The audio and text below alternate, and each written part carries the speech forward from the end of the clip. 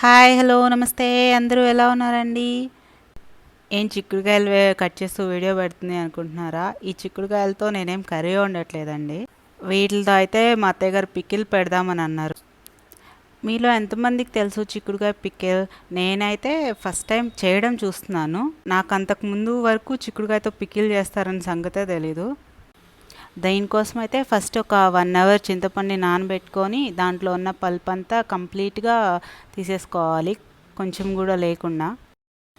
నాకైతే ఇంత బాగా చేయడం రాదు, మా అత్తయ్య గారే చేస్తున్నారు. నేను జస్ట్ వీడియో తీస్తున్నాను అంతే. ఈ లోపల నేను చిక్కుడుకాయలకి ఈ తోకలైతే కట్ చేశాను. ఈ తోకలు కట్ చేయడానికే నాకు 1 అవర్ టైం పట్టింది. ఇవి దగ్గర దగ్గర 1 kg ఉంటాయి అప్రాక్సిమేట్లీ.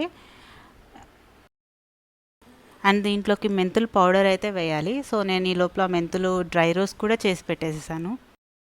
అండ్ నెక్స్ట్ వీటిని మిక్సీలో వేసుకొని ఫైన్ పౌడర్లా చేసుకోవడమే. ఈ పికిల్ మేకింగ్ ప్రాసెస్ అనేది నెక్స్ట్ వీడియోలో పోస్ట్ చేస్తాను. Please like, share my channel and don't forget to subscribe. Thank you. Bye.